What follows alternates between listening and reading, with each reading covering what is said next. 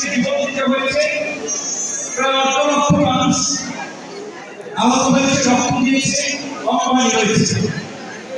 এরকম একটা আত্মত্যাগ, একটা সংগ্রামের ফলে আজকে এই পরিবর্তিত নতুন বাংলাদেশ আমরা পেয়েছি।